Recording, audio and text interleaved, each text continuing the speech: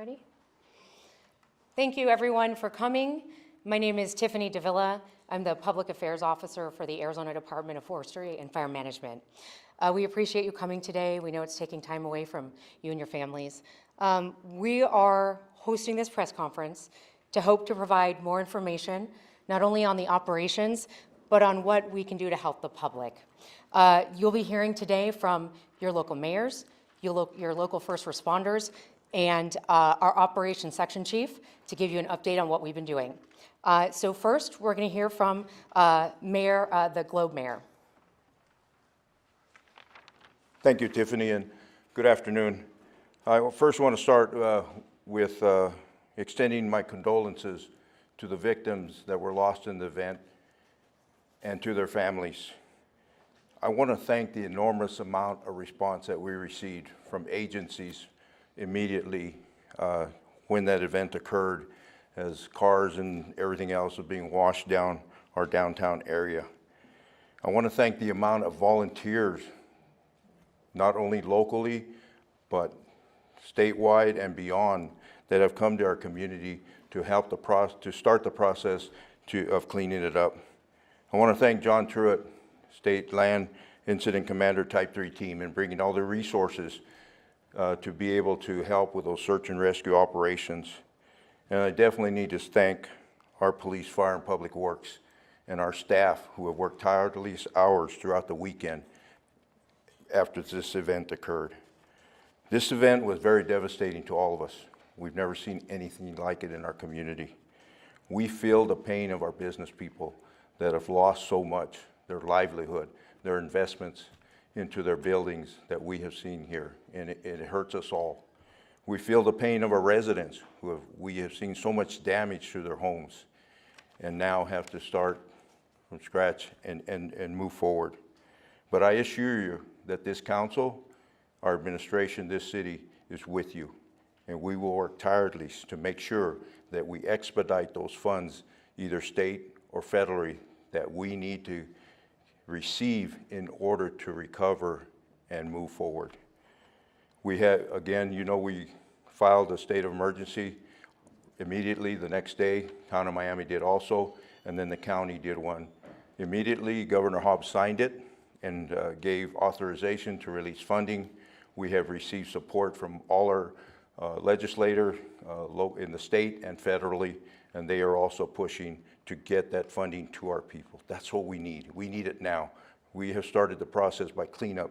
The next is assessment, and then we need to get the money to start and recover and open our city, our community back up. Thank you.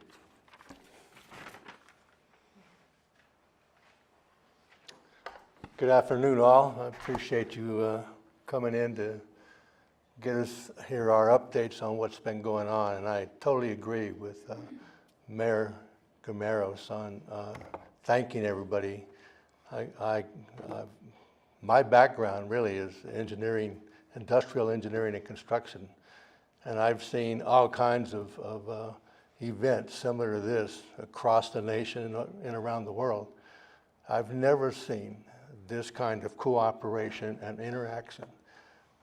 Coming from Miami and to Globe, and Globe to Miami, and everything in between for the county. It's just been really good to see that many people, all of our staff, a lot of our public helpers just coming in and working with us. It's amazing. I didn't see that in Katrina, for instance, down in Louisiana. We rebuilt a home, or a community there, I should say, after Katrina hit, right on our job site, or right down from our job site. We never saw that kind of action. This is amazing to me, and I'm proud to be a part of that. If we have to have a disaster, this is the way to get it turned around and get everything back to normal, and do what we can to save our businesses, help our public and their homes, whatever destruction was there. We're here to do that, and we're ready to do it. We've gotten cooperation from all of the mines in the copper corridor here. They're amazing. They're happy to jump in and help us. We had their equipment. We had contractors that are working for us. I mean, they just jump in there and all the work that we're getting done it's just, I mean, I love it. I love seeing the human part of the equation coming together like we're doing. So I'm ready to answer any questions that you might have. Thank you, sir. County Supervisor? Yeah, Tim Humphrey, Gila County Supervisor, District 2. My heart goes out to the families, the business owners, and the people that have had this happen to them. They say sometimes good things come from change. It's hard to see that from here, but it's a great community. You know, I mean, it's nice that the mayor of Globe, the mayor of Miami, Gila County, the mines, everybody works together here. And we've shown that as the flood started on Thursday. We all communicated on going forward, and we're still working together on putting together funding programs, not only from the state and federal, but Carl Milford may go into it a little more. We're working on a donation to bring in donations to our area, but not just kind of willy-nilly. We're trying to get it passed through Salvation Army so that it's a solid place to where people can donate. Salvation Army will take in what the community needs. There's a lot of people that want to give cash. They want to give money to help because that's the only way they can help. And through an organization like that, then they can be a pass-through to help the people that need, because we know that people need money now, not 6 months from now when the assessments are done. Although the congressman's helping us get those assessments done to go forward, the governor's helping us to get all of the red tape passed through as fast as it can. But we're working on getting that arm set up so that we can take donations to help the business people, to help the families who need to start restructuring now. And so thank you all very much for your patience. I believe most everybody knows how to get a hold of me if I can help or you have questions. Our landfill was closed for 1 day because it flooded as well. We got it back in shape. We're working with DJs and working with the mayor of Globe and Miami so that they come to our landfill and all the flood debris and damage goes in one place, so we're not interfering with our commercial people that haul garbage for a living. And so we're trying to keep that separate as well in case in the future it needs to be assessed. So when you're taking things to the landfill, be patient. If you see something that could be different or you would think needs to happen, please call, because everything is, you know, it's just been by the moment decisions. It's not that we got to plan all of this. We're just dealing with it as it comes. So if you see something that you would like to have different or change, please let us know. Thank you. Thank you, sir. Carl?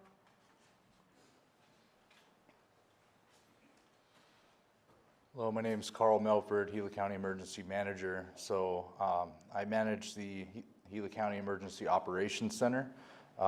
We've got a large group of resources in together, and what we're trying to do is kind of track all of these costs, put out damage assessments, gather data that can help our communities seek reimbursement for the loss that has occurred financially, and then also to bring in whatever resources that our municipalities or our county need to get the job done. We brought quite a bit of those resources in already, and we've got those resources ongoing, and we're working actively to fill any resource requests from any of the folks that have boots on the ground. We're working on bringing in more of the agencies that can help, the nonprofits that can help the individuals, not only with donations management and things of that nature, but as well as a disaster assistance center. So for the locals here that were around for the Telegraph fire, they may be familiar with the concept, but I'll explain a little further. That Disaster Assistance Center will be a one-stop shop for all of those nonprofit organizations that help people out with financial or logistical needs. We're going to get that together at the fairgrounds. So essentially, you can go table to table and visit with each of these programs and see what they have available to help you out. So most of this stuff is advertised or promoted on our social media pages for Gila County and Gila County Health and Community Services, so please monitor that. We're also pushing it out to our media contacts to share, and then information about what's available can be accessed direct through our call center. The call center phone number is 928-402-8888. My office also manages the emergency alert system, Ready Gila Alerts, where we get out notifications. It rebroadcasts flash flood warnings, and then any public safety messages that our public safety partners request of us. We're happy to be here to help and do everything we can. I'm also local here. This is my home. This is my backyard. So I personally promise my community that I'll do everything I can to get us back on our feet and get us back where we were before. Thank you. Thank you. Chief Robinson. Good evening. My name's Chief Gary Robinson with the City of Globe. First of all, as has been expressed, my condolences to those who have lost loved ones in this event. Just to kind of give a little rundown of what the initial operations for us looked like. We had actually experienced a day or 2 days prior some flooding within the Claypool area. The first call for the event in downtown Globe was received at approximately 6:41 p.m. A 911 call on the south end of Broad Street, reporting an individual trapped in their home with rising water.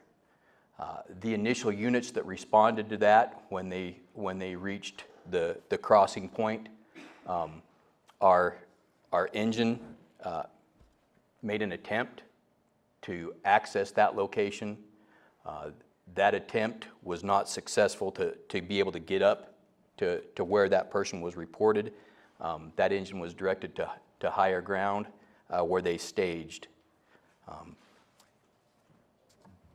We had one fire unit in that response that put out a distress call. That shortly thereafter, that distress call, that individual advised that they were safe in higher ground, and all other responding units from our other agencies that were coming in began to stage at the locations where they were at due to no access into the downtown corridor. Once those waters began to recede, we were able to establish a command post at the Globe Fire Department and begin coordinating efforts at searching, trying to locate individuals who may be in need of rescue. There were multiple rescues that were put in place by civilians as well as responders. There was also a significant hazardous materials incident ongoing due to propane leaking throughout the community. Secondarily to those rescues and stuff, our goal was to get everybody moved back to safer areas from the north end of Broad Street. I just want to take a few minutes, and I'm going to miss somebody, I'm sure, but to thank a few of the local agencies that were immediately engaged in this incident. To Tri-City Fire District, their Fire Chief Tony Granger, who assumed the initial incident command of the responding units that were coming in, to the Department of Forestry and Fire Management and their local resources that they have here that were able to answer as quickly as they could as soon as the water started to recede, to the PD, our Public Works Department, to the search and rescue teams that were here rapidly and we're able to begin assisting with those. And then to our state partners that have been here, including the DFFM, the team that has come in to help us work through and manage the amount of resources that we have operating here. To our mutual aid partners in the form of our statewide mutual aid system, to include Mesa Fire, Superstition Fire and Medical, and Florence Fire, and the U.S. Forest Service that's doing that. We continue, as many of you have seen, some of those operations continue or are ongoing. We have personnel actively engaged in that, as well as trying to cover any local incidents that occur due to the normal volume of traffic that we have here. Again, my condolences and my thanks go out to the community, to those who volunteered, and to all those who were selfless in the actions that they took to try and look after their fellow citizens. Thank you. Thank you, Chief. Chief Walters?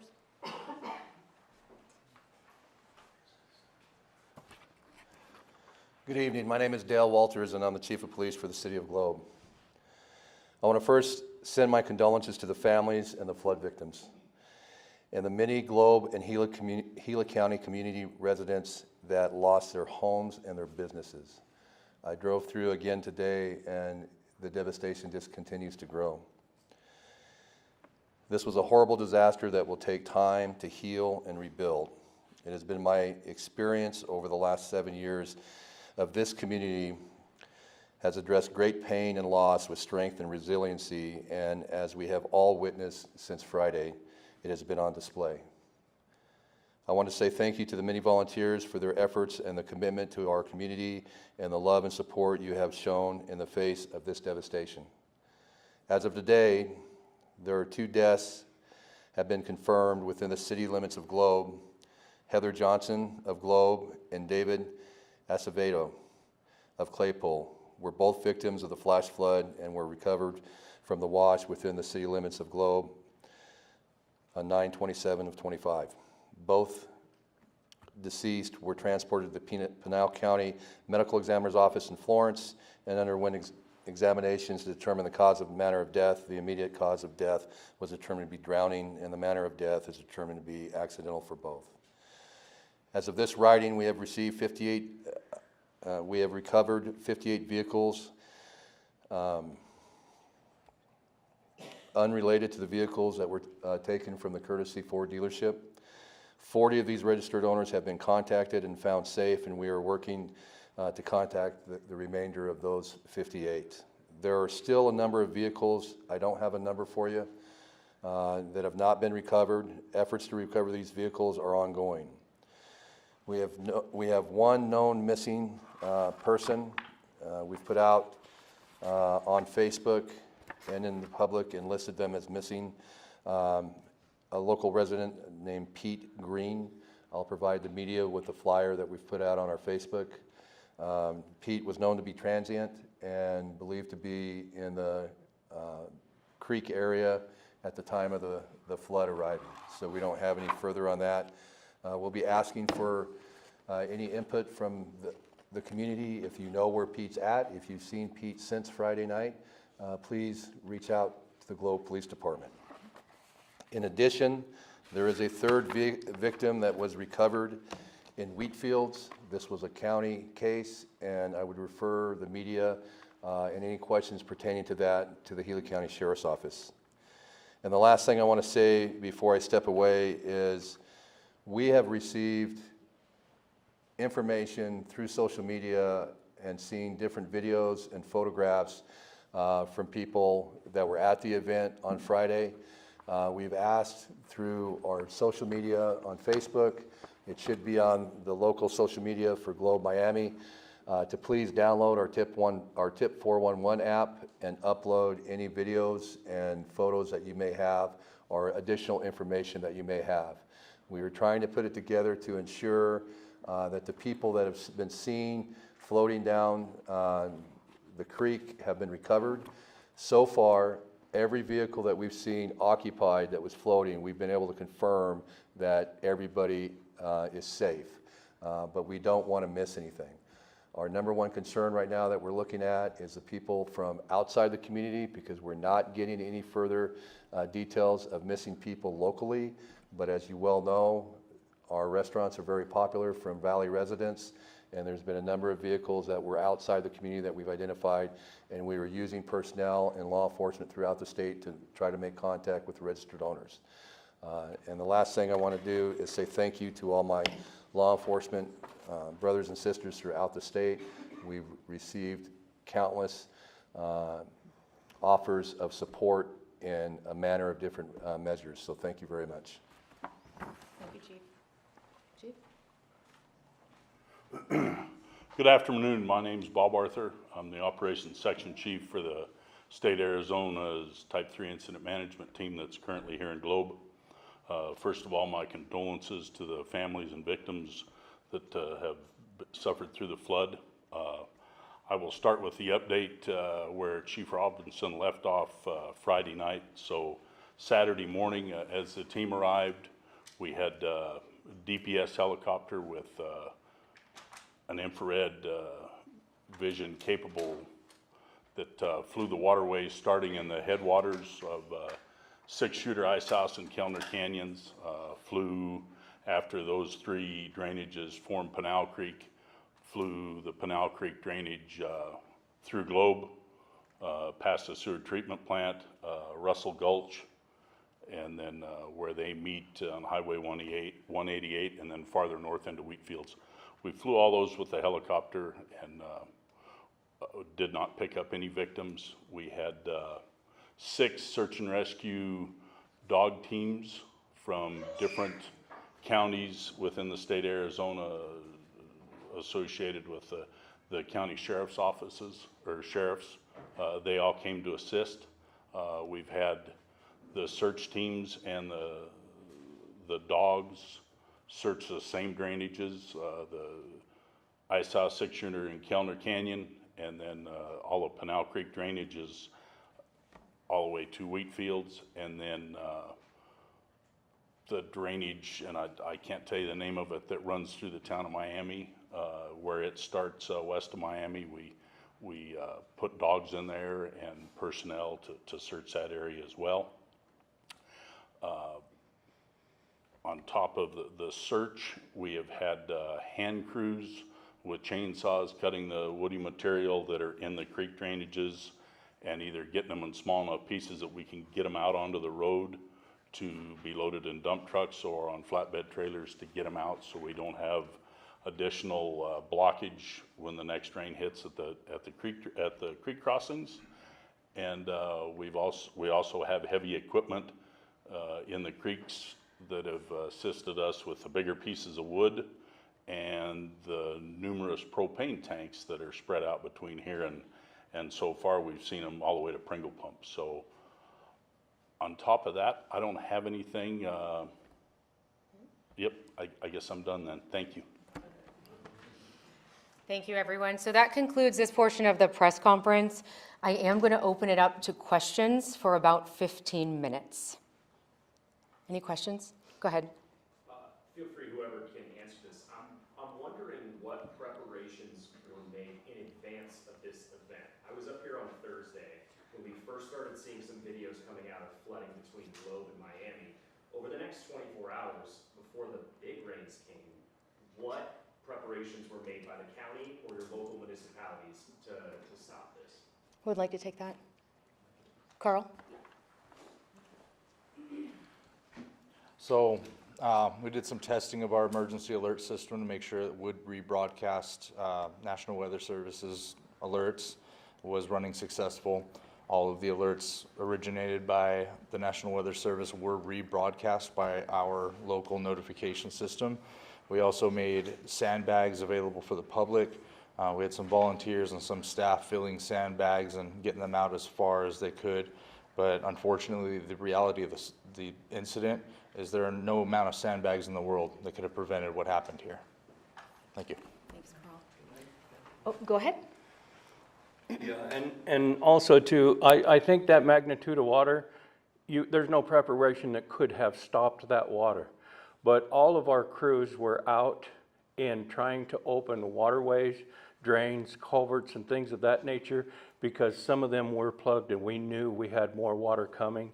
We even brought our crews down from, Gila County crews down from Payson, from Tonto Basin, because they didn't have the flooding, to increase our manpower to keep as many roads and drainages open as we could, knowing that we had more water coming. But there again too, once it starts raining, we have to get out of those areas because we don't want to endanger anybody. But we brought in all the manpower that we could to work together between all the entities in the local area to try to keep ahead of the storm. Thank you, sir. Let's, if we could just, oh, is this in relation to what he was just asking? Or do you have a different question? Okay, just stand by for 1 second. Go ahead, dear. Chief Robinson, you were the one who brought up the propane tanks. I don't know if anybody could answer this, but we've been hearing a lot of different information about whether those were indeed hazardous, whether they actually had fuel in them, how many there were. This was a huge thing that people have been asking us about all weekend. Can you clear up the information about the propane tanks for us? Repeat the question. So if you don't mind, repeat the question for me, please. Yeah, so we're just hearing a ton of different information about the number of propane tanks, where they came from, whether they should have been secured, and whether or not they indeed were hazardous. You mentioned the hazardous materials from them. We've heard other people say there were no fuel in them, so. So to speak to the number initially, we don't know. There were a significant number of propane tanks. All of those propane tanks were determined to be older propane tanks that were stored, that generally are emptied of contents. The issue that you have there is there are vapors that remain in those tanks.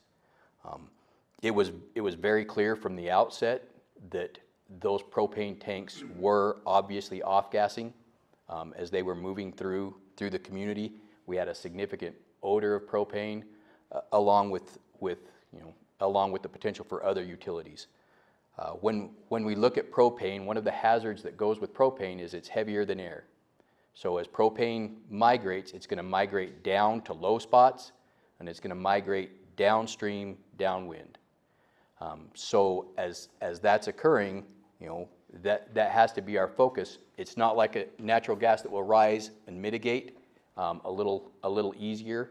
Propane poses a lot more significant of a challenge. It can congregate in basements along there. It can, and along with the obvious structural issues that we had, the potential for something much more catastrophic was there.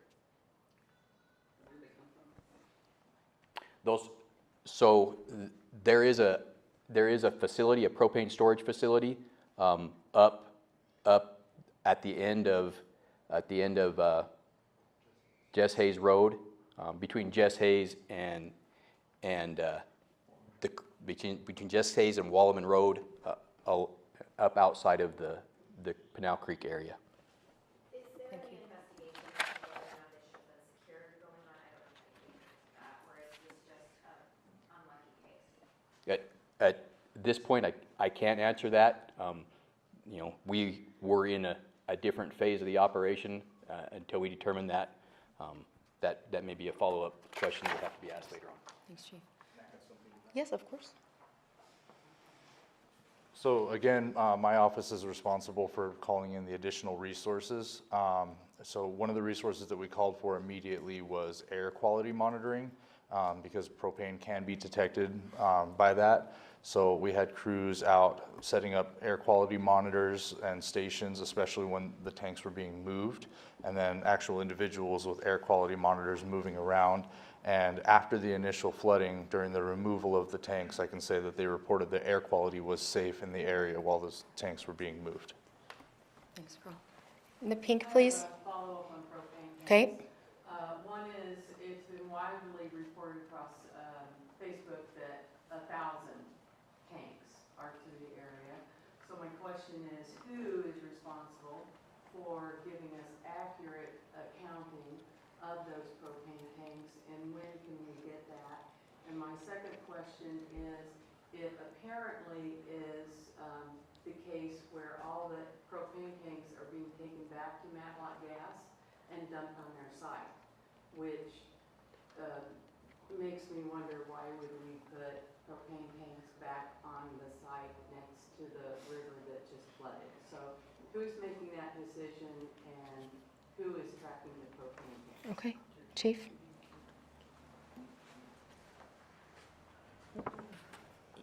So to the reports on numbers, again, we know there were a significant volume of that. Exact count, we don't have as of yet. I don't have a range. I don't. We've seen sites, just single sites that have huge volumes of those tanks, where they were washed to and immediately lodged. As to the movement and storage of those current tanks, that is a question that will have to be answered. What has to occur now is we have to get them out of the waterways. We have to get them out of the waterways. We have to get them staged somewhere, and then it will become a question of how do we fully mitigate that so that we don't run into another issue. That will be something that we will need to work with state agencies and others to coordinate. There is current work going on in terms of picking up propane tanks. Correct. That I've seen by Matlock and maybe others. And so the current process right now is picking up propane tanks and taking it to Matlock To a staging area, yes, on Matlock property. correct. Sir in the back had the question. I didn't want to overlook you earlier. This is from the Supervisor Humphrey. Why hasn't the Army Corps of Engineers been at any meetings or anything to do with the creeks? Why aren't we banking these creeks up anymore? Like the old days, county would do it every 6 months, clean the creeks all the way up from the other side of the globe all the way to wheat fields. We don't see that anymore. We don't, you gotta go through the Army Corps of Engineers just to get so they can bank it. And why is that happening? Why can't we push them to let you guys get back in there and clean these creeks? A lot of that, we did get funding and we did get permission to clean the creeks after the fires because they knew that there was going to be flooding, and we did. We hired subcontractors, most of them local, to clean out the creeks. But as far as why can't we do it often, and that's up at a higher elevation than the county supervisor. That's more state and federal that are keeping us out of the waterways. And so we do what we can, but even if we go in to do some little bit of work, we have to get with Army Corps of Engineers to be sure of that we're not doing anything we're not supposed to, because then we can be fined. And so it's higher up than county. That's why I asked about the bites, hasn't the Army Corps of Engineers come Yeah. to our meeting? And I ran through this 4 years ago, and there hasn't been, I mean, they cleaned the creeks up, but there's no banking. Right. No banking, I mean, they're taking off fences, people's land, they're going to buy land, they got 2 acres, they'll eat 1.5. I mean, the creek goes in and then you lose it. they like to let the creeks go where they want to go. And that's part of the difficulty, but like I say, that's way higher than me. And if we run out of time and anybody has questions for me, please call, and I'll be happy to get you any answers that I can if you don't have time to ask me during this. Thank you, sir. Other questions? In the back with the hat on? Yeah, what steps are gonna be taken to make sure this doesn't happen again? Because if we're gonna rebuild and the same incident's gonna happen, I mean, what steps on the state and federal level and local level are gonna be taken to make sure this doesn't happen again? And it's an open question to anybody. Okay. Who'd like to take that? This category of storm is not a nuisance storm. It's like up to a 100-year storm. And I don't know that you can ever prepare for a 100-year storm. And as far as, codes and things of that nature, we don't let people build in dangerous areas. And if they do build like in close to a waterway, then they have to go through certain specs in order to be able to do that. So we have codes in place. But if we did 100-year codes, everybody would have to live in stone castles to prevent a 100-year flood. It's just something that you can't prevent. And you can see flooding all over the country in other states as well, and you just can't prepare for 5, 6 foot of water coming that wide, that fast. Thank you. Oh, 1 second. Yeah, just to follow up on that, I know that, and I can assure you, within the city, our Public Works Department has cleared our waterways through the city areas. They have, since the telegraph fire, that is a priority that we have done. But I think what Mr. Humphrey said is, even doing that, there is no way that with this amount of unexpected rain, that anything would have held that. I mean, when you're running outside of Miami or Globe under the railroad tracks, that turn is 20 feet deep. That water went above the waterway to get into North Broad on the highway. So there was nothing. We always prepare for things, and even more so since the telegraph fire, because we know the burn scar. But there's nothing that I believe that anything could have been done that would have stopped this devastating flood. It's historic. We don't know if it's 100, is it 500? We don't know, but we will get that information to understand the amount of water that we did receive. Thank you, sir. Ray, did you have a follow-up? Well, I'm just wondering, was this the most rain that Globe has received in 50 years or more? So that the rain was the only reason for this, or was there possibly another reason that caused the flood? Besides just the amount of rain. So that's difficult to say because reports from the National Weather Service come from their rain gauges. And there's not a lot of rain gauges in the area. So that data may accurately reflect the position of the actual rain gauge, but to get an accurate reading of how much rain was in such an isolated area is very difficult to get. I've been in this role for 10 years. I've never seen that significant and concentrated of a rain event in such a small area. And of course, that central point of that small area was one that was not monitored by a rain gauge. So again, this was a natural disaster. We do everything that we can to help prepare the community, but similar to that of an earthquake, you cannot stop an earthquake. We can only do what we can to prepare.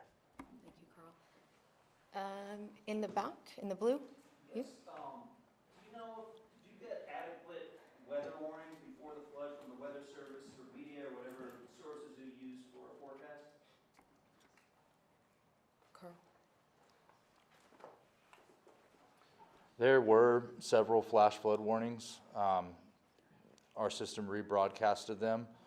I don't know that, again, this is a disaster. Flash flood warnings went to the most severe level that they could, but I can't say that I expected more because these notifications were what we get. They did give us a heads up. I wish there was something better in place. I wish there was a more advanced warning, but in reality, the storm formed very quickly and the notification came out as quickly as it could push it. Thank you, Carl. Ladies in the back in the black? I heard that FEMA was, FEMA was here locally, and I mean, this is just hearing from somebody, I'm not sure, but my question is when the funds do become available, is it really first come, first served basis, or are funds gonna be distributed to all the business owners that were affected by this flood? So FEMA had some individuals out here to kind of get a general idea of what's going on. There are damage assessments ongoing that they need to review in order to see if this reaches that level of federal disaster declaration. It's kind of too soon to determine at this point if that is going to be an eligible expense because those damage assessments take a while. So the way that FEMA assistance works when we do get a federal declaration, I can honestly say we've never had a federal declaration in my time here, but I don't know that there's a first come, first served basis. I do know that for the businesses, I have already started the process of with SBA, which is the Small Business Association. My hope, I know the parameters for that were having 5 or more businesses affected and 12 or more homes. We met that easily. So we'll be pushing forward on getting that SBA program rolling, which will allow for funding for businesses, small businesses, to get back on their feet. As far as the individual assistance from FEMA, that's something that once we qualify for, I will personally guarantee I will bring them out here to explain it to our community. Thank you, Carl. Just a few more questions. SBA is loan basis, right, though, not just funding that's handing out. Correct, SBA is loan basis for businesses. Just a few more questions. Anyone over here? Go ahead. Just to follow up on behalf of the business owners, there's a survey that they're supposed to be filling out. I've heard from some people, it almost feels like a slap in the face to have to prove that they need funding. What is the most direct way that they can get help as soon as possible? Is there like a list? It sounds like FEMA's gonna take some time, so what is like the most likely to happen the quickest for them? And can you speak to the necessity of maybe needing to fill out a survey to help them? So the survey was by no means a slap in the face. We have damage assessment crews going out there and going to every single one of these homes. But you have to go out there and see how far and wide this damage is. It's impossible for some of these crews to get into places, especially without interfering with public safety options. The damage survey tool was to give somebody the ability to show us that they have damage in their home so we know where to go to get to them. It was an opportunity for the community to help us to help them. Thank you. And then the gentleman in the back in the hat. Go ahead. Yes, thank you. I would like to know about addressing the creek as far as FEMA engineering is concerned.